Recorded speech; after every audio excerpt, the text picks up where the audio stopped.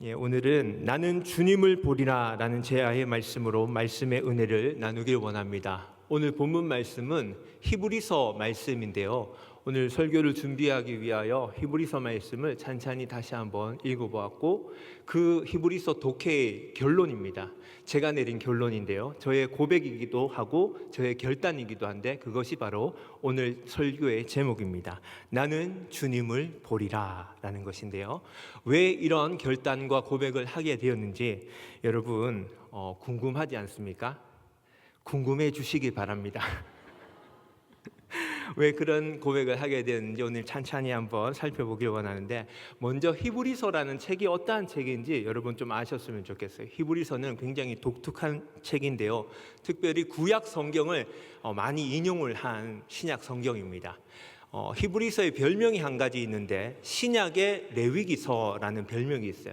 그만큼 구약의 제사 제도와 이런 것들을 많이 인용해가지고 설명하는 이런 책이 바로 히브리서인데, 그래서 이것만 봐도 알 수 있는 것은 히브리서의 수신자들은 적어도 유대인을 배경으로 한 크리스찬 공동체였다라는 것을 우리는 일단 알 수 있고요. 이 히브리서가 가지고 있는 이 책의 장르가 좀 독특한데요, 책의 장르는 공동서신에 이렇게 포함되어 있기 때문에 서신의 형태를 가집니다. 그런데 일반적인 서신과는 조금 달라요. 히브리서 아까 구약을 많이 인용한다 했잖아요. 그래서 구약을 인용하고 그 구약의 말씀을 해석하고 해설하면서 그 구약에 근거하여서 어떤 교훈과 권면을 내고 특별히 경고까지도 이어지게 되는, 어쩌면 한편의 설교를 하고 있는 것 같은, 그래서 우리가 히브리서를 설교적 서신이다 이렇게도 표현을 하는데, 중요한 것은 이 히브리서를 수신했던 그들의 상황과 오늘날 우리들의 모습, 오늘날 우리 한국 교회의 모습들이 너무나 일치되는 부분들이 많이 있더라라는 점이죠. 어떤 거 있냐 하면은 대표적으로 히브리서 5장 12절 말씀에 보면 이런 말씀이 있어요. 그때 당시의 상황을 이렇게 얘기합니다. 때가 오래되었으므로 너희가 마땅히 선생이 되었을 터인데, 너희가 다시 하나님의 말씀의 초보에 대하여 누구에게서 가르침을 받아야 할 처지이니 단단한 음식은 못 먹고 젖이나 먹어야 할 자가 되었도다 라는 말씀이에요. 이때 당시에 히브리 성도들이 이러한 상황이었다. 어떻게 보면 오늘 우리의 모습과도 비슷하지 않습니까? 때가 오래되었으므로, 예수 믿은 지 굉장히 오래되었어요. 신앙의 연수가 굉장히 오래되었는데도 불구하고, 그러면 마땅히 이제 선생이 되어서 제자들을 가르치고 제자 삼고 양육하고, 우리로 말하자면 뭐예요? 리더의 직분도 잘 감당하고 해야 되는데, 그거는커녕 하나님의 말씀의 초보에 대하여 다시 가르침을 받아야 할 처지가 되었다. 가장 기본적인 교리나 가장 기본적인 우리의 믿음의 내용이 무엇인지 우리가 그것을 가물가물해져 가지고 다시 그것을 가르침을 받아야 할 처지가 되었다. 단단한 음식 먹지 못하고 젖이나 먹어야 할 처지가 되었다라는, 영적으로 성숙하지 못하고 오히려 침체하고 있고, 굉장히 이런 것들이 오래되다 보니까 그냥 신앙생활 자체가 너무나 무기력해져 버리는 이런 상황. 이것이 히브리서의 수신자들의 모습이었고, 어쩌면 이것이 오늘 우리의 모습이기도 하겠더라라는 거예요.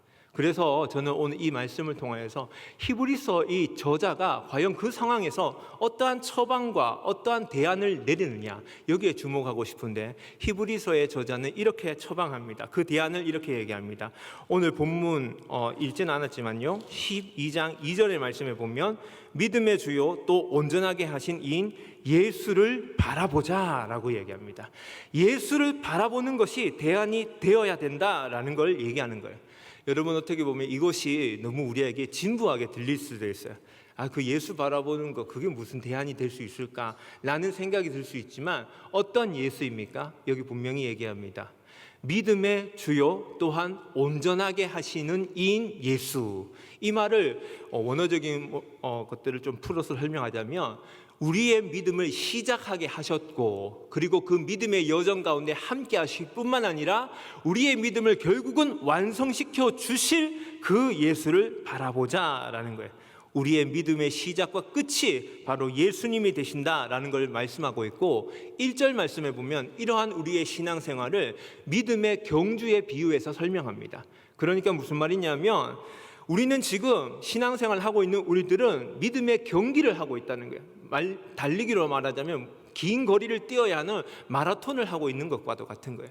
그 경기 중에는 때로는 영적인 침체와 무기력과 때로는 위기와 박해와 고난을 통해서 어떤 이유에서든지 간에 이 믿음이 달려나가지 못하고 제자리 걸음 혹은 주저앉고 낙심하고 넘어지는 상황이 있을 수 있지만, 그때에 우리의 이 믿음을 시작하게 하신, 경기를 출발시켜 주셨고 경기를 함께 하고 계시고 이 경기를 완주하게 하실 그분을 다시 바라보는 것, 그것이 우리에게 대안이 될 수 있더라라는 것입니다.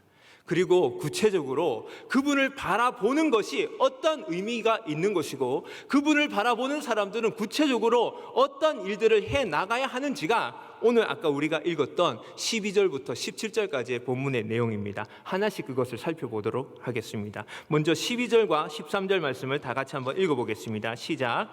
그러므로 피곤한 손과 연약한 무릎을 일으켜 세우고 너희 발을 위하여 곧은 길을 만들어 저는 다리로 하여금 어그러지지 않고 고침을 받게 하라. 아멘.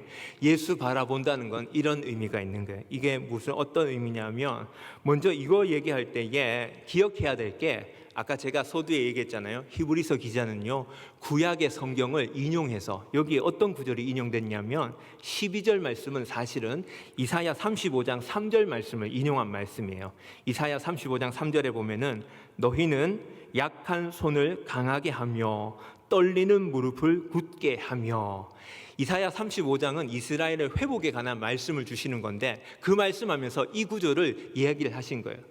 왜 연약한 손과 무릎을 일으켜 세워야 하냐? 이사야 35장 4절 말씀에 보면은 하나님이 오사 너희를 구하시기 때문이다 라고 얘기하는 거예요.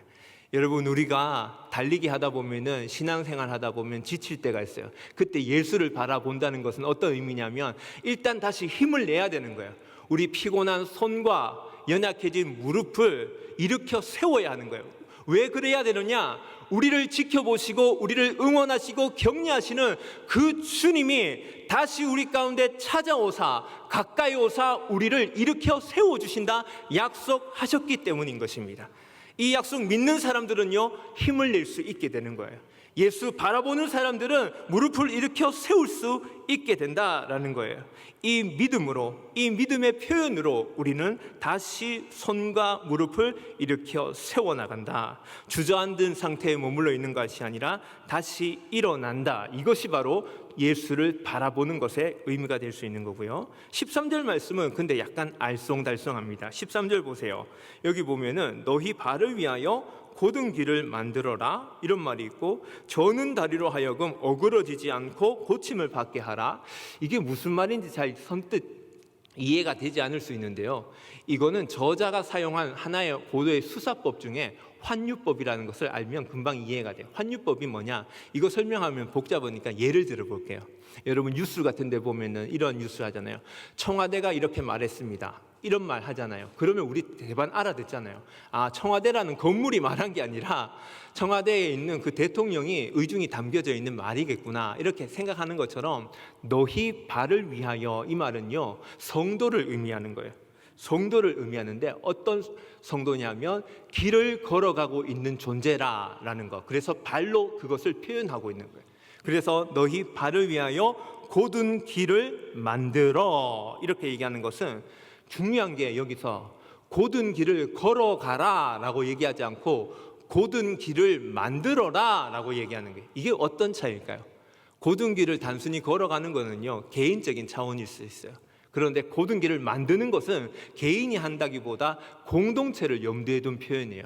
무슨 말이냐면 어그러진 길 중에 있는데 길이 나 있지 않아요. 다 어그러진 상태예요. 다 무너진 상태예요. 그런데 거기에서 곧은 길을 만들려면 그냥 한두 사람이 일시적으로 뭔가 좋은 일 해가지고 고든 길이 생겨나지 않습니다. 많은 사람들이 지속적으로 그 일들을 감당할 때에 비로소 고든 길이 만들어지게 되는 것이고, 왜 그렇게 만들어야 되느냐? 다리를 저는 자들이 있다는 거예요. 이거는 믿음이 연약해서 쓰러진 자들이 있다는 거예요. 그들이 어그러지지 않고, 이 어그러지다는 것은 이탈되다, 이골되다. 그러니까 믿음의 길에서 벗어나지 않고 믿음의 길을 포기하지 않고 고침을 받게 하려 합니다. 고침을 받는다는 것은 다시 이 믿음이 회복되어서 결국은 끝까지 이 믿음의 길을 완주할 수 있게 한다라는 거예요. 이걸 누가 해야 되느냐? 우리 교회에게 주시는 메시지인 줄 꼭 믿을 수 있길 바랍니다.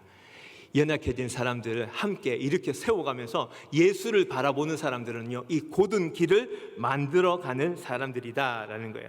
그러니까 예수님을 바라보는 이런 말씀들은 다시 힘을 내어서 고든 길을 만든다는 것인데, 이걸 좀 더 오늘날로 우리가 쉽게 얘기를 하자면은 건강한 공동체를 세워 나가는 것, 이것이 바로 예수님을 바라보는 사람들이 해야 할 일이다라는 거예요. 그래서 건강한 공동체를 만들어서 고든 길을 만들어 가지고 어그러진 사람들, 다리 저는 사람들, 이탈되었던 사람들을 다시 회복시켜 가지고 다시 무릎에 힘을 줘 가지고 그들과 함께 이 경주를 완주해 나아가는 사명, 이게 예수를 바라보는 우리들에게 주신 하나님의 메시지인 것입니다. 그러면 구체적으로 이런 고든 길을 만들고 건강한 공동체를 세우기 위해서 반드시 필요한 것들이 있는데, 그것이 무엇인지 다음 구절을 통해서 우리 한번 살펴보기 원합니다. 14절 말씀을 다 같이 한번 읽어보겠습니다. 시작.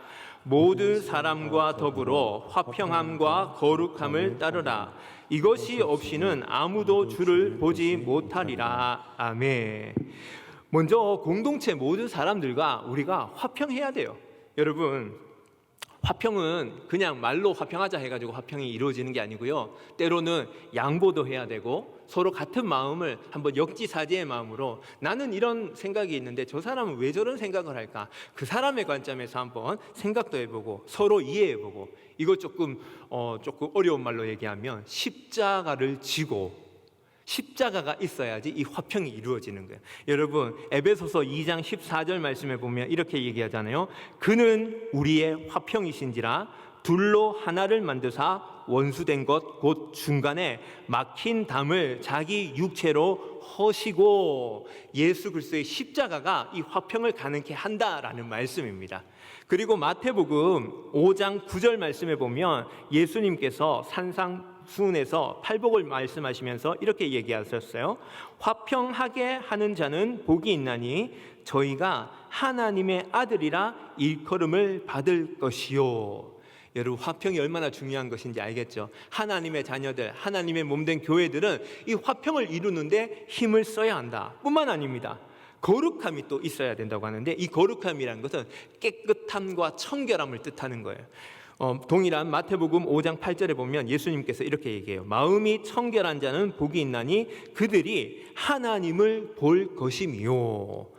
그러니까 화평과 거룩함이 있어야 건강한 공동체가 이루어지는 것이고, 이것을 추구하는 공동체가 아니면 주님을 아무도 볼 수 없다, 아무도 주를 보지 못하리라.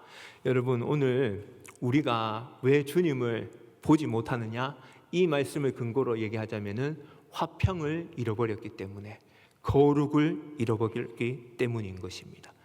사실 애시당초 우리에게는 이 화평과 거룩함은 우리에게 있는 것이 아닙니다. 이 구약의 사람들은요, 이 화평과 거룩을 얻기 위하여 제사를 드렸어요.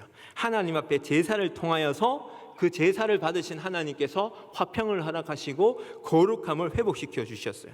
구약의 사람들에게 주님을 본다라는 이 의미는 하나님을 제사한다, 하나님을 예배한다라는 의미와도 같은 의미였어요. 예를 들면 출애굽기 23장 17절 말씀에 보면 내 모든 남자는 매년 3번씩 주 여호와께 보일지니라. 시편 42편 2절 말씀에 보면 내 영혼이 하나님 곧 살아계시는 하나님을 갈망하나니 내가 어느 때에 나아가서 하나님의 얼굴을 배울까. 이처럼 하나님의 얼굴을 뵙는다는 것은 곧 예배를 하는 것, 하나님을 경배하는 것.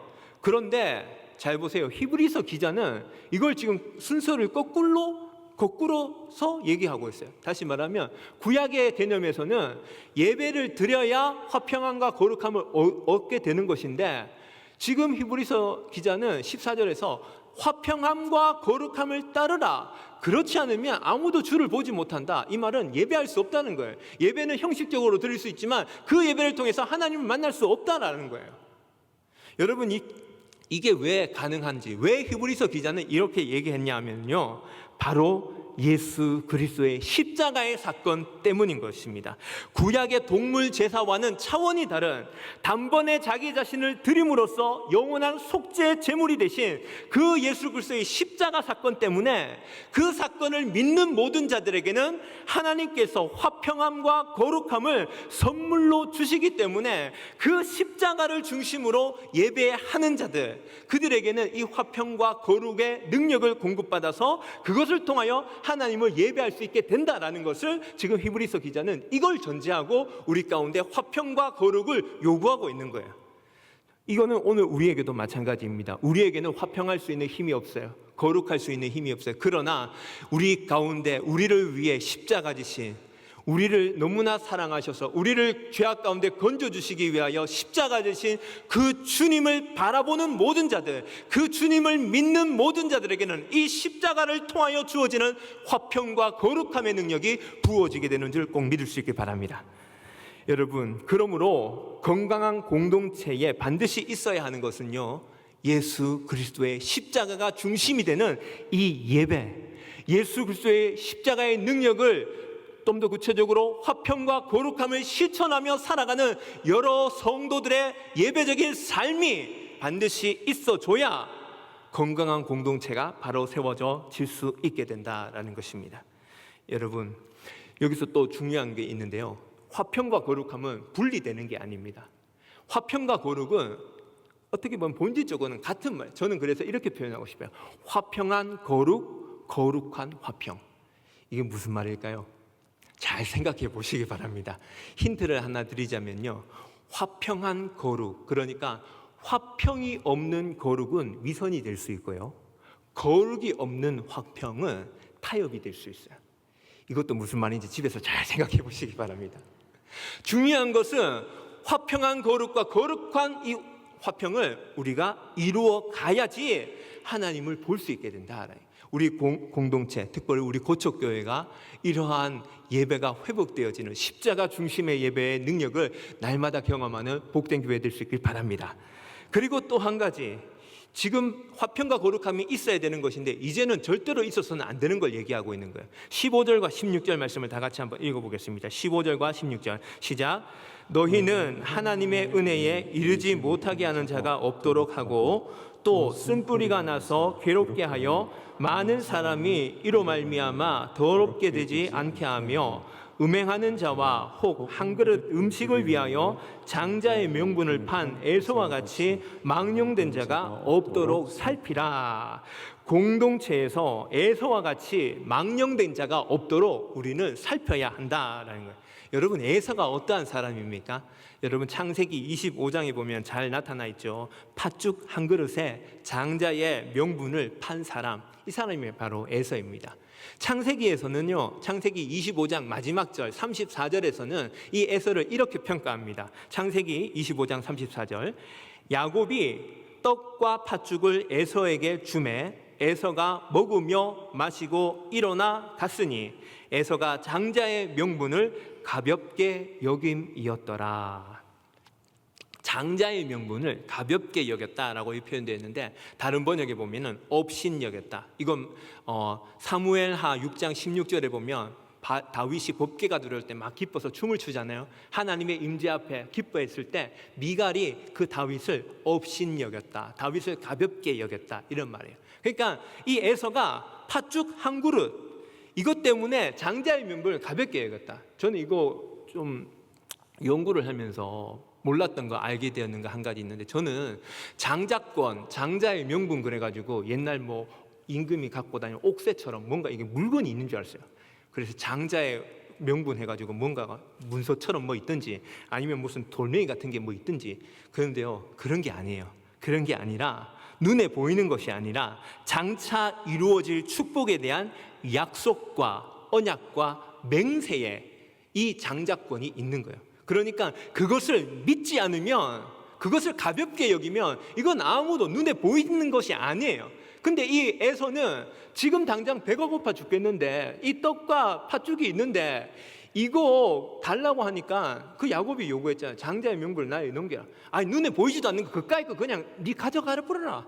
그리고 나서는 그것을 자기의 육신의 배에 만족을 위해서 그것을 취해버렸다. 성경에서 보면요, 이러한 사람을 뭐라고 얘기하냐면 망령된 자다라고 얘기해요. 망령된 자, 하나님을 업신여기고 하나님의 말씀을 망령되게 여긴 사람. 이것은요 어떤 의미가 있냐면 16절을 보면 이 에서가 위치가 참 오묘해요. 음행하는 자와 망령된 자 사이에 이 에서가 장자를 가볍게 여긴 팥죽의 한 그릇에 팔아버린 에서가 기록되고 있어요. 저는 이게 아주 의미가 있다고 봐요.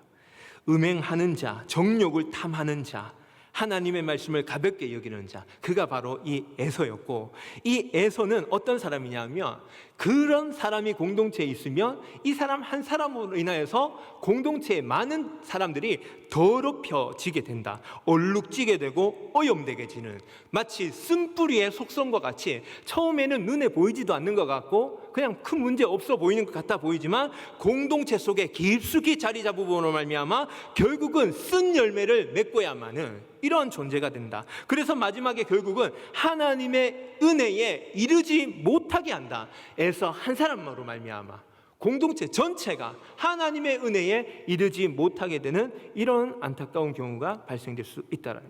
그러니까 뭐예요? 건강한 공동체 세우려면은 우리 안에 이러한 에서와 같이 망령되가 젠자가 없도록 두루두루 살펴라라고 오늘 성경은 얘기하는 거예요. 여러분 옆 사람 바라보면서 한번 하지 않겠습니다. 나를 바라보면서 내가 혹시 에서의 이런 모습이 있지는 않았는가? 에서와 같은 모습을 보일 때가 이런 삶의 태도로 지금까지 살아오진 않았는가? 눈에 보이는 것 중심으로, 눈에 보이지 않는 하나님의 약속이나 이런 하나님의 장차 이루어질 하나님의 축복은 이건 귀한 것이 아니라 그냥 내 발등 앞에 떨어진 현실적인 문제 앞에 그 약속은 그냥 가볍게 여겨버리고 예배 한두 번 빠지는 거는 그냥 쉽사리 그냥 기도, 아무리 기도해도 응답되지 않는 그런 기도는 그냥 종교적인 행위일 뿐이지 기도를 대수롭지 않게 생각해버리고 목사님께 기도받고 누군가에게 기도를 부탁하고 에이 그런 걸 망령된 자입니다. 여러분 저는 늘 고백합니다. 기도를 하는 것도 믿음이고요, 기도를 받는 것도 믿음이고 기도 제목 나누는 것도 믿음입니다. 여러분 이것을 가볍게 여기지 않을 수 있길 바랍니다. 눈에 보이는 것 이것 때문에 쉽게 이걸 깨뜨려버립니다. 오늘 이걸 좀 맥락에서 설명하자면은 화평이나 거룩함이 이게 우리의 장자권이 될 수 있어요. 여러분 화평과 거룩함 이거 너무나 쉽게 우리가 포기해버릴 때가 많아요. 언제 우리가 이걸 확 깨뜨려버리냐면은 누군가 내 자존심 하나 탁 건드릴 때, 화나게 할 때, 어떤 막 이거 흥분됐을 때, 이때는 화평과 거룩 이건 그냥 싹 사라져 버립니다. 내 이 분노와 저 인간을 어떻게 해서든지 한번 갈봐야 되겠다 이 마음으로 모든 것을 다 깨뜨려 버리고 그냥 자기의 그 모든 것을 다 표출해 버리는, 이게 바로 에서가 팥죽 한 그릇에 장자권을 팔아버리는 행위와도 같은 것입니다. 어디 이것뿐이겠습니까?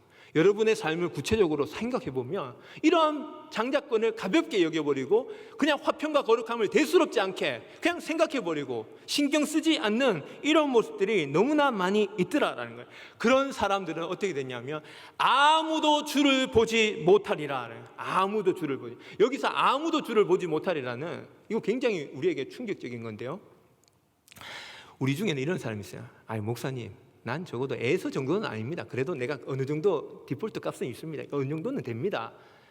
여러분 당신이 그럴지 몰라도 우리 중에 누군가가 한 명이 그런 사람이 있다면, 쓴뿌리와 같이 그렇게 박혀 있다면 아무도 주님을 볼 수 없어요. 나 혼자는 주님을 보고 저 사람 못 보냐 이런 개념이 아니라 우리 모두가 주님을 보지 못하게 되는 거예요.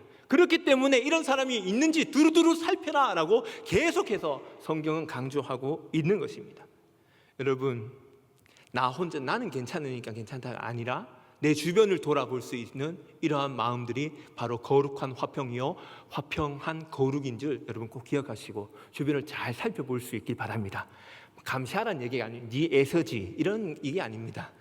이게 아니라 혹시나 그렇게 쓰러진 사람이 없는지, 그런 사람들이 있으면 다시 권면하고 일으켜 세우고 다시 예배하자. 예배의 그 중요성과 기도의 그 능력을, 기도의 권세를 맛보아 알 수 있도록 그 사람을 위해서 또 기도해주고, 이런 모습들이 우리 가운데 있어야 한다라는 거예요. 정말 무서운 경고죠. 아무도 주를 보지 못한다. 더 무서운 경고가 있어요. 마지막 17절인데요 같이 한번 읽어보겠습니다. 시작. 너희가 아는 바와 같이 그가 그 후에 축복을 이어받으려고 눈물을 흘리며 구하되 버림바가 되어 회개할 기회를 얻지 못하였느니라. 아멘. 이거를 원문으로 직역을 한 게 있는데 제가 한번 읽어드릴게요. 이 말이 무슨 말이냐면 이런 말이에요. 너희가 알다시피 그도 그 후에 축복을 상속받기를 원했으나 거절당했다. 왜냐하면 그는 회개의 장소, 회개의 기회를 찾지 못했다. 비록 눈물로 그것을 간절히 구했을지라도. 거절당했다는 거예요. 왜 거절당했냐? 회개의 기회, 회개의 장소라고도 번역될 수 있는데 회개할 수 있는 기회와 회개할 수 있는 장소를 찾지 못했기 때문이다. 여러분, 저는 오늘 이 말씀 앞에 우리가 반응했으면 좋겠어요. 우리 안에 에서와 같은 모습이 있었다 한다 할지라도 우리에게는 아직 기회가 있어요. 어떤 기회? 회개할 수 있는 기회입니다. 돌이킬 수 있는 기회가 있는. 여러분, 에서는요 이거를 찾지 못했대요. 에서는 누구도 그걸 얘기해 주는 사람이 없었는가 봐요. 오늘 우리에게는요 하나님의 성령께서 우리의 가던 길을, 에서와 같은 우리들을 잠시 멈춰 세우고 이 자리, 예배의 자리, 말씀을 듣는 자리, 하나님을 경배하는 이 자리에 불러주셔가지고 말씀하시는 거예요. 너희 안에 곧은 길을 만들라. 너희 안에 화평과 거룩함을 따르도록 하라. 너희 안에 에서와 같은 쓴뿌리가 있는 것들은 다 제거할 수 있도록 하라. 그 사람들을 다시 회복할 수 있는 우리에게 기회를 주시고 오늘 내가 바로 설 수 있는 기회를 오늘 주시는 거예요. 여러분, 오늘 누가 이 말씀에 회개하고 돌이키시겠습니까? 우리 모두가 오늘 이 시간 이 말씀 앞에 겸허하게 회개하고, 후회하는 게 아니에요. 후회와 회개는 달라요. 단순히 그냥 눈물만 흘리고 아이고 내가 잘못했다, 이거는 후회예요.